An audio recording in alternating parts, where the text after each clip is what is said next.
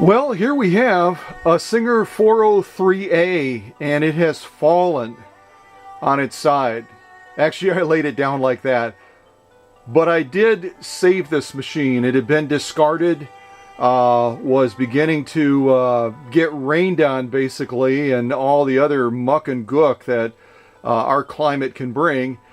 And when I got it in and dried it out, I tried plugging into the power source, which would be right here, and also put a foot control into it, and didn't get any response at all. So I'm just curious if the motor inside is any good or what's going on. So I'm going to go ahead and take a couple of pieces off, and we're going to see if we can get to that motor, and then we'll kind of go from there. We'll see if we can test the motor. So I'm going to kind of lock the camera in right there.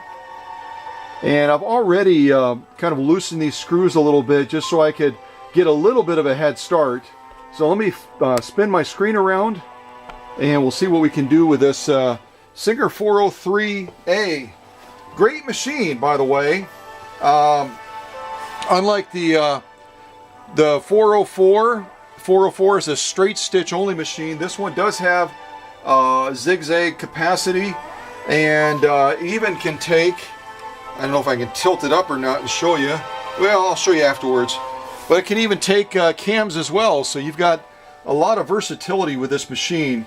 But in order to get to that motor so we can test it, we've got to remove a couple of things. First of all, we're going to start by removing the power source and see what we get. And if you don't have a magnetic tray like this, boy oh boy are they nice to have, really. Unless you get the wrong thing stuck to them, then it's not so great. Well, I think we know maybe why me connecting power didn't work. The wires have been cut. Our black, red, and then our yellow wire as well. This is going to feed our motor and also feed our light source, and it's been severed. So, well, mystery solved on that. So I'm going to go ahead and take this piece off as well, which is where we would plug our foot control into, and we'll see if we can see if they did the same thing to those wires as well. You can't, I guess you can't see it off screen, can you? Well, you sort of can. Oh no, it's a little bit too far over. That little ting you heard was my screw going on there. I love it. What a neat tool that is. Compliments of my friends at Harbor Freight, by the way. So there's our next screw out of there. This particular piece right here for the foot control has 3 screws that hold it. The one that we already took off here is only going to have 2 screws that hold it for the power supply.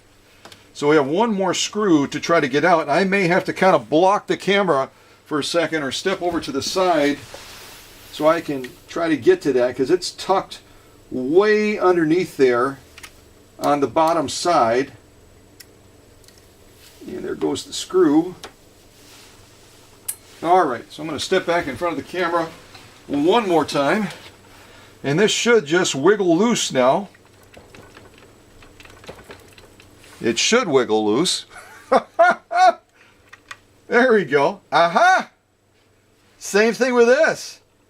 The 2 wire contacts on the back of this foot control have also been cut. So that explains why when I plugged a power supply into this one and I plugged a foot control into this one, the motor didn't respond. Well, that doesn't mean that the motor is good, but it at least tells us why the motor didn't respond to our normal approach of giving it power and giving it a foot control. So we got to dig deeper now and see if we can find out whether or not this motor has any life left in it. So I'm going to turn this around.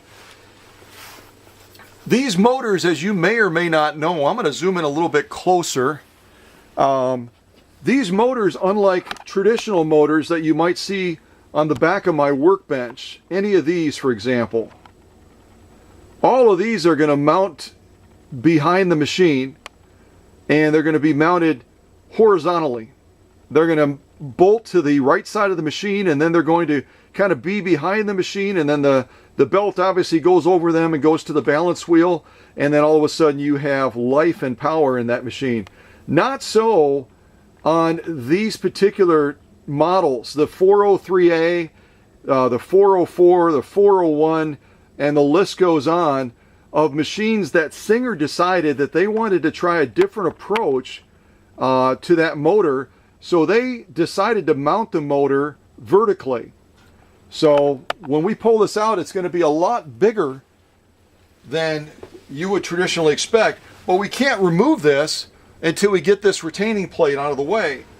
So I'm going to go ahead and take this screw out and then remove this plate, and then we should be able to fairly easily get that motor out of there. And then we're going to have to go through a process of testing it so that we can see whether or not that motor has any life left in it.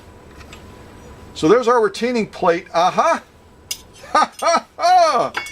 Oh my gosh, this is crazy. What is with all the wires being cut? We saw that on the foot control, we saw that on the power supply, and now on the motor itself. Let me zoom in and even a little bit closer. I'm going to try to move these wires forward so you can see them. They've also been cut off as well. So there's one of our wires right there. And I got to try to work this loose a little bit. And our other wires. The yellow one right now isn't connected to anything. It would be connected to this to control the foot control, but all the wires have been cut on this machine that I saved, and it's getting to be really quite a mystery as to what in heaven's name is going on. But you know what? In some respect, this makes our job a little bit easier because we've got access to the two wires that are essential to checking to see whether or not this motor will in fact fire up. So that's what we're going to do next. We're going to go ahead and see if we can fire the motor up, and then I'll remove it so you can actually see what it looks like. Because I know many of you have probably never seen one of these vertically mounted motors that Singer put in a variety of these machines. I mean, everything from the 301 to the 401 to the 403 to the 404, and the list goes on and on and on, even into the 500 series. So what I've got to do now, and I'm not recommending that you try this, but I always keep this near the workbench. It's an immediate power supply, and I've got a hot and then a neutral so that I can go ahead and see if I can test different pieces of equipment. But these, you obviously know, even those of you that are not electrically minded, if you plug this in and touch these together, you're going to see fireworks. Or if you touch them at the same time, even accidentally, or touch the hot one and have another grounding source to complete that circuit, you're going to get zapped. So I do not recommend that you try this unless you do it by your own free will and have some level of comfort in giving it a try. It's a dangerous process, and I want to say again, do not feel compelled to try this, please. All right, so enough warnings. You guys are smart. I'm just covering my bases here. So I'm going to go ahead and plug this into a power supply and then keep these suckers separate so that I know that I'm going to be okay when I do this. And I'll also test it just to make sure I've got a hot connection. I'm going to go ahead and shut these lights off temporarily so you can see the glow once we fire that power up, hopefully. And if you all of a sudden hear a zzz, just ignore it. It's all part of the program here, folks. All right. So we are hot right now. We are definitely hot. Or we can confirm that by, if you see a glow, can you see that in there? I think you can.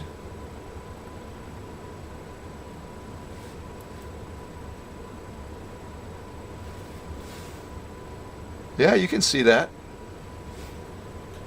So we are definitely hot. We definitely have power. So now we're going to see if we can apply this power to this motor, this poor abandoned machine that I found along the road, and that now we're discovering had been altered. So we're going to take our red wire, and you don't have to color coordinate this power source. All we have to do is make contact with it, and you don't want to make contact with the machine, so I'm going to do it very carefully. All right, are y'all holding your breath? I hope you are, because we got a lot of voltage here. We're going to see what happens. All right, here we go.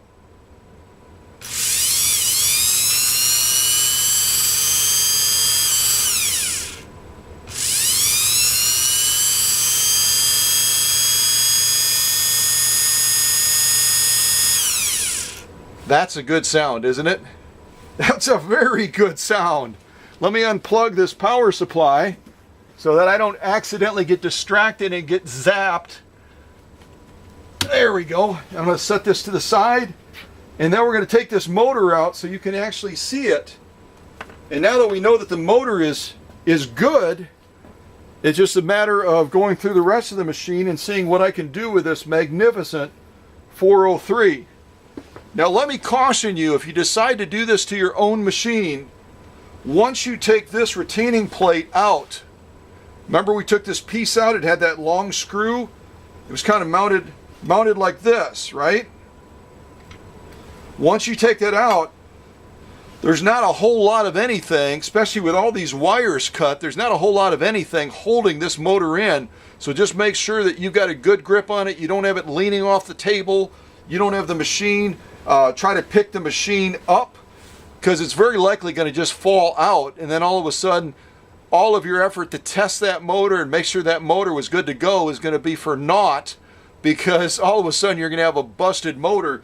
This is all plastic housing right here on the bottom side, and that's where your motor brushes and such are going to be, so you don't want to drop this motor. All right, clear enough message? All right, so what I would recommend that we do is, I'll show you if I can turn this around. Let me turn my lights back on first. Just wanted you to be able to see that power supply. I'm going to be very carefully turn this around and just remind you about what it looks like from the top too, because the top is the most critical part of this machine because of the design of it. If I zoom in and I'll pick it up a little bit, I think will probably be helpful. There we go.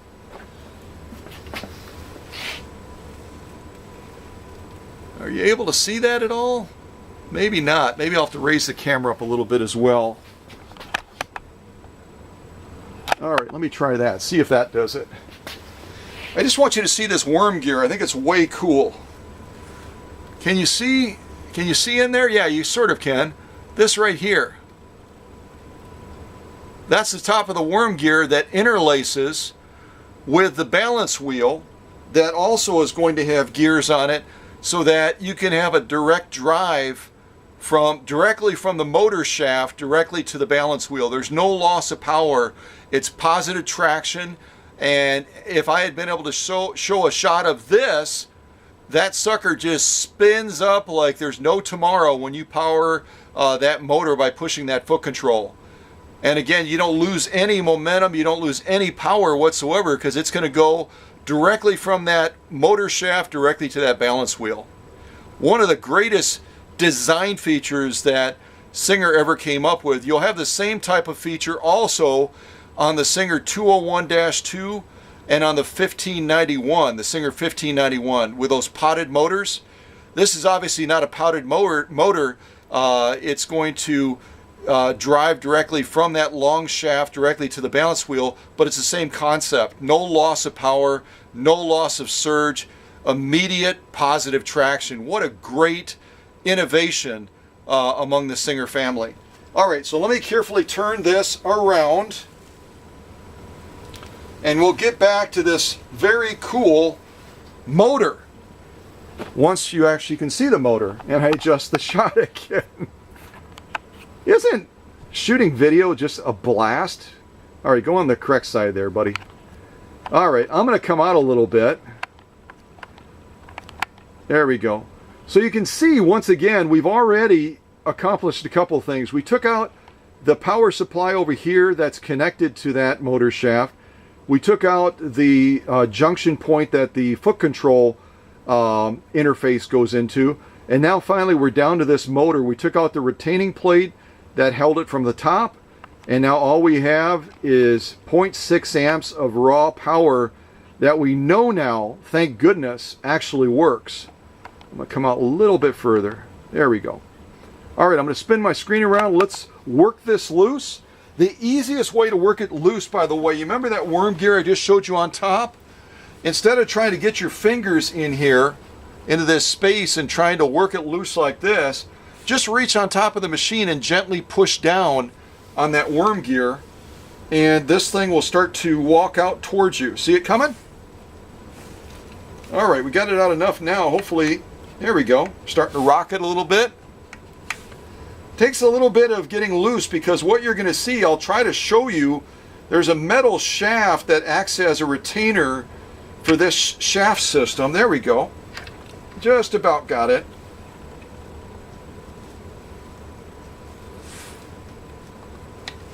Yay, there she goes. What do you think of that?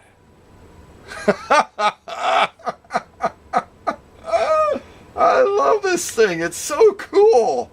It's basically a horizontal motor, and they added this way cool extension rod to it and added these worm gears on top that interlace with that balance wheel, and you just have this monstrosity.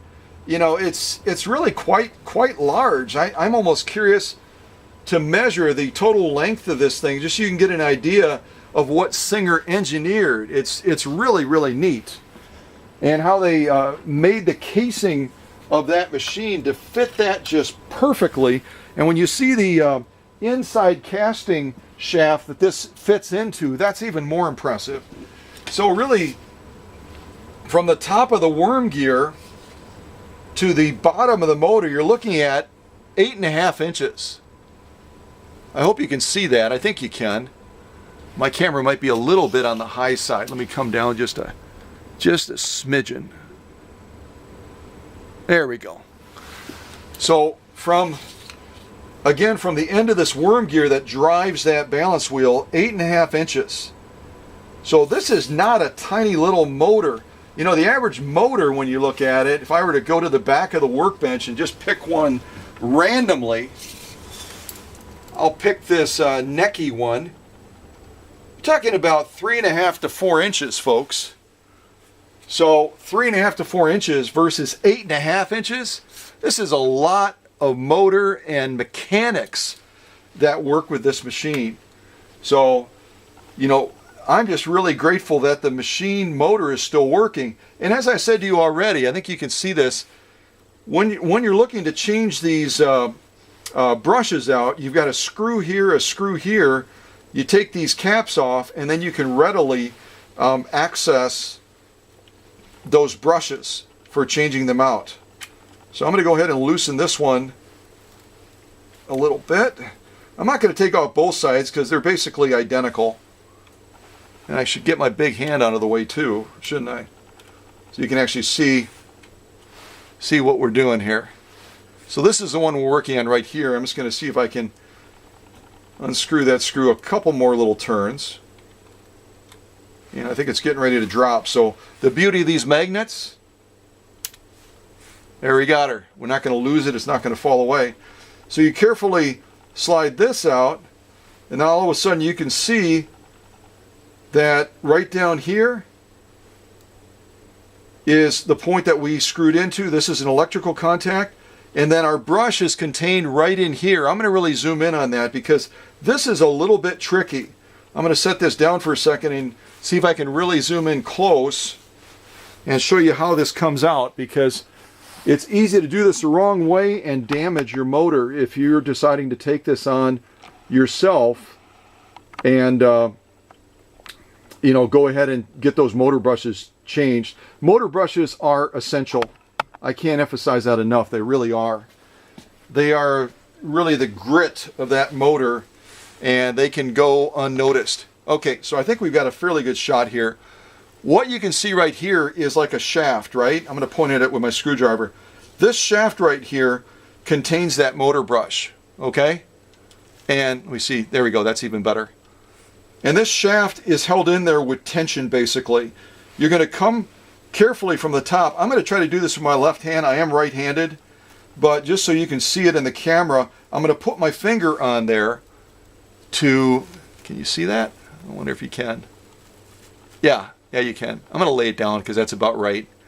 So I'm going to put my finger on there just to retain it so it doesn't pop too quickly and unexpectedly. I'm going to put a screwdriver right in the top behind it and very carefully and very gently work that loose. Okay? Alright, so we got it loose. What I'm going to do now is put a finger on top and just carefully bring it out, because and the bottom of it, you're going to see we have a brush, okay?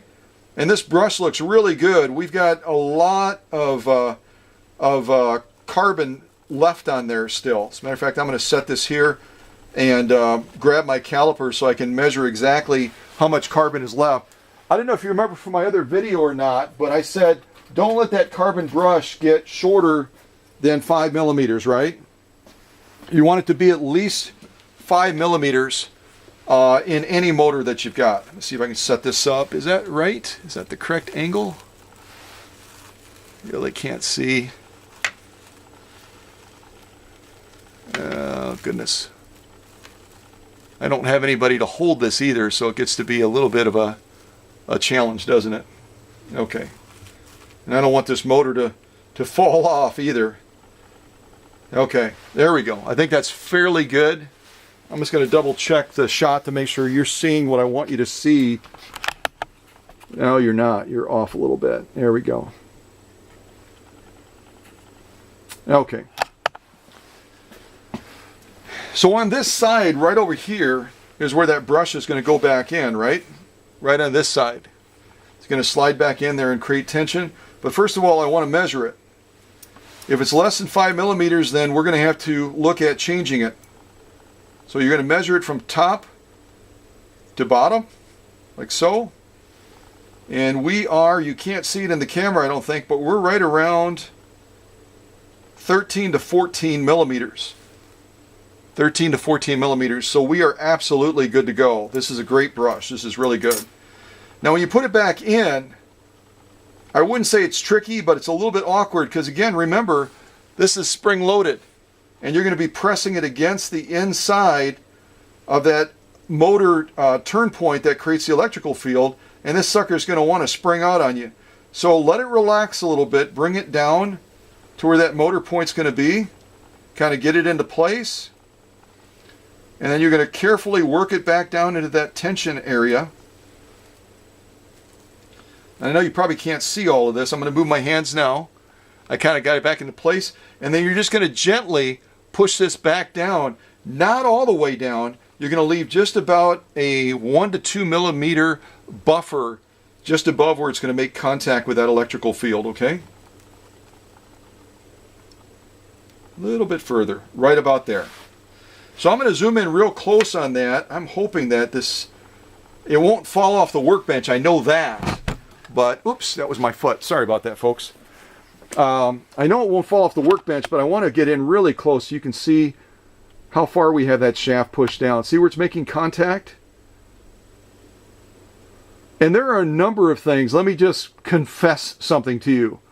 There are a number of things that I would do to this motor to maximize the power before verifying the brush, putting the brush back in, and just getting this motor to be at its optimal power. I'm not going to reveal those things to you. And if you hate me for it, I'm so sorry. But that is a trade secret. I have a very specific process I use on my motors. And unfortunately, can I do that to your motor if you send it to me? You bet I will. But I won't reveal it to you on this video. So, but that is a simple tip on getting that motor brush shaft out carefully. I had one person that had tried to take this on themselves and then contacted me in a panic. Right on the top here, you may not be able to see it, but there's a piece of copper that is bent over, and they thought that that was the way to access that brush. So they literally bent this back, this top piece. It's a thin little piece of copper. They bent it back, got the brush out, then they tried to bend it back, and what do you think happened? Yep, exactly.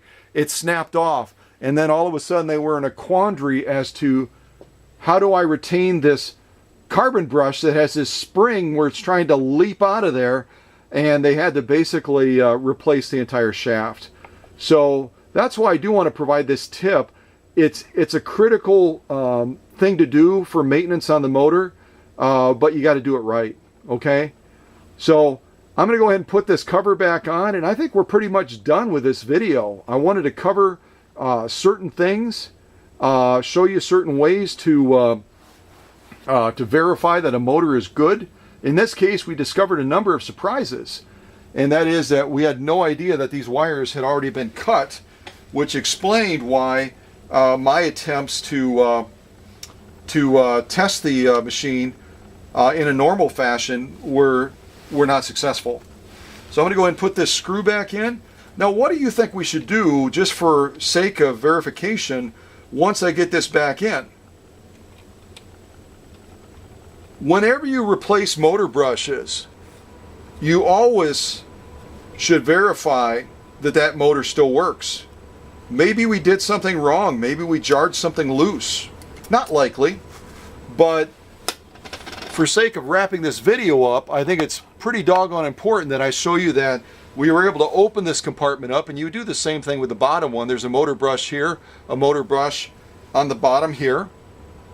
And once we go through that process, I mean, we're removing pieces from the motor, pieces that probably were never intended for the average lay person or persons to be messing around with.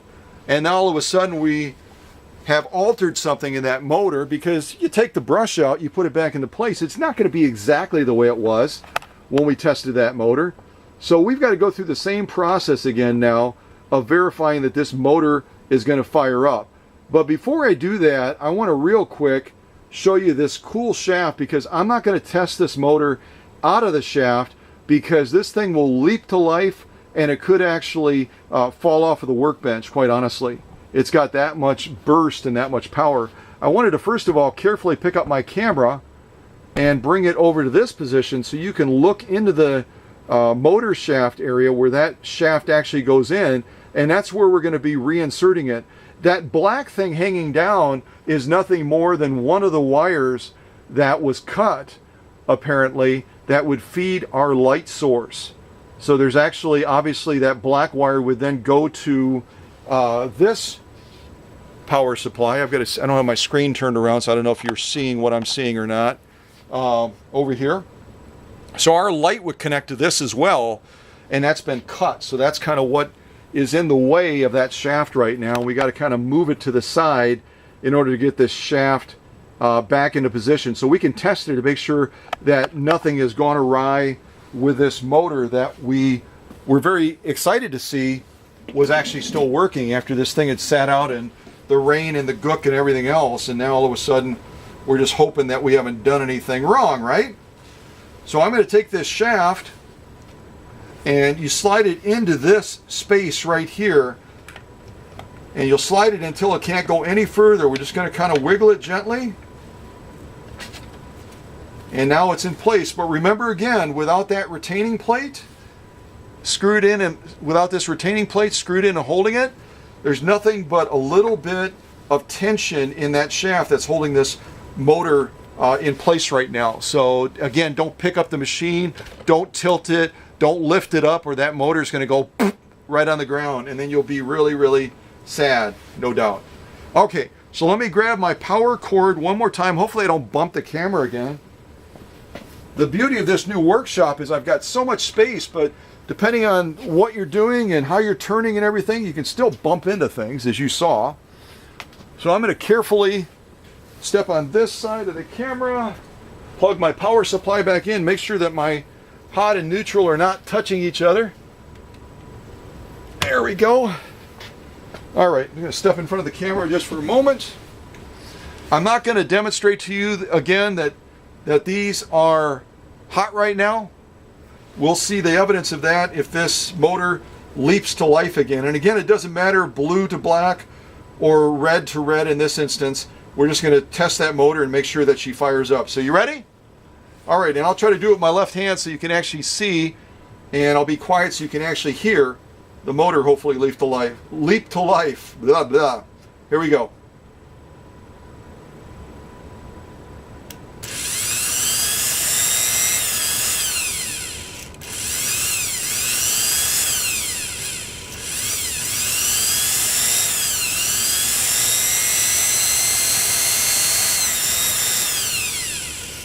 I don't know if you can see that sparking. That was kind of neat. I should have shut all the lights off. Okay, so I'm going to quickly unplug my power source.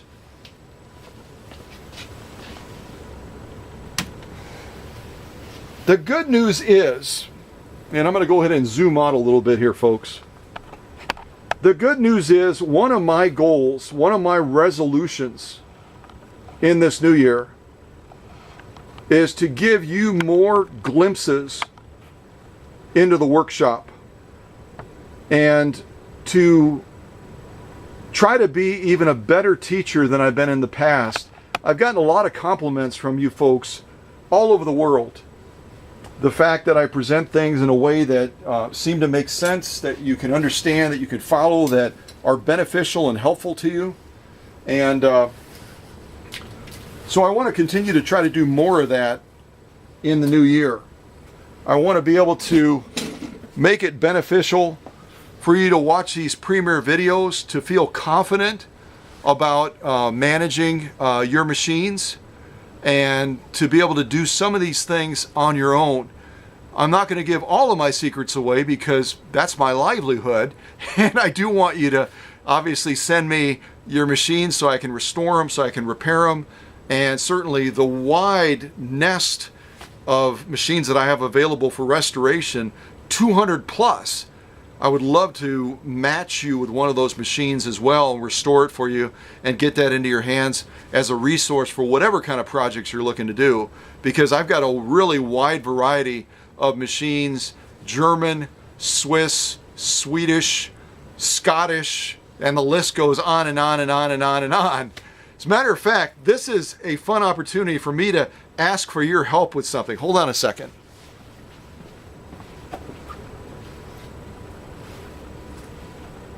I am on a quest. I am on a quest and I need your help. Okay. I'm on a quest now to find as many hats, and I'm not even a hat wearer. That's the crazy thing. But I want to find as many hats to represent each country that manufactures the sewing machines that I work on with your help. So the ones I've got so far are this. I've got one from Germany, okay? From Deutschland, from Deutsches Republik. That's the extent of my German. So I've got one from Germany, a real cool one I found at a thrift shop. I think I paid a couple bucks for it. I've got one from Italy for the Necchi machines, okay? I've got one from Canada. We just watched a bunch of videos, or I should say you watched my video talking about the 185Ks, the 185Js, the 285Js, all from Canada. And obviously a number of other machines I presented as well from Canada. So we got that covered. I've got those 3 so far. What do I need your help in finding? And if you send it to me, I will send you a very special gift. So I have Canada, I have Italy, I have Germany. I still need Scotland, I need Sweden, I need Switzerland, and I want to try to find one that's from Japan because of all the post-World War II machines. So if you find a hat at a thrift shop at a rummage sale this summer and you send it to me, number one, I'm going to recognize you in the video and tell the world about you and your kindness. But I'm also going to send you something special on top of that. So again, the countries I'm looking for, and if there's others that come to your mind that I'm not even remembering, and you surprise me and send one and say, hey, by the way, Scott, these machines as well are represented in this country, and that's why I sent you the hat, I'm going to make you a star. I'm going to talk about you on that video. I'm going to talk about the hat that you sent, the kindness you showed, and I'm going to drop something in the mail to you that I think you'll really love. So again, the ones I'm looking for right now are Scotland, Sweden, Switzerland, and Japan. So go to those rummage sales. I know it's still too cold now, but thrift shops and other places like that, if you find a hat, send it to me. I don't even care if it fits. I'll put it on my head and I'll look like a silly guy, but at least I've got the hat. Because what eventually I'd like to do is hang them on the wall, almost like a flag, of all those countries of machines that have been on this workbench, and just talk about the wonder of those machines, the country origin, that sort of thing, and just have it as a display backdrop when we're doing these different videos. Okay? All right. So hopefully this video was helpful.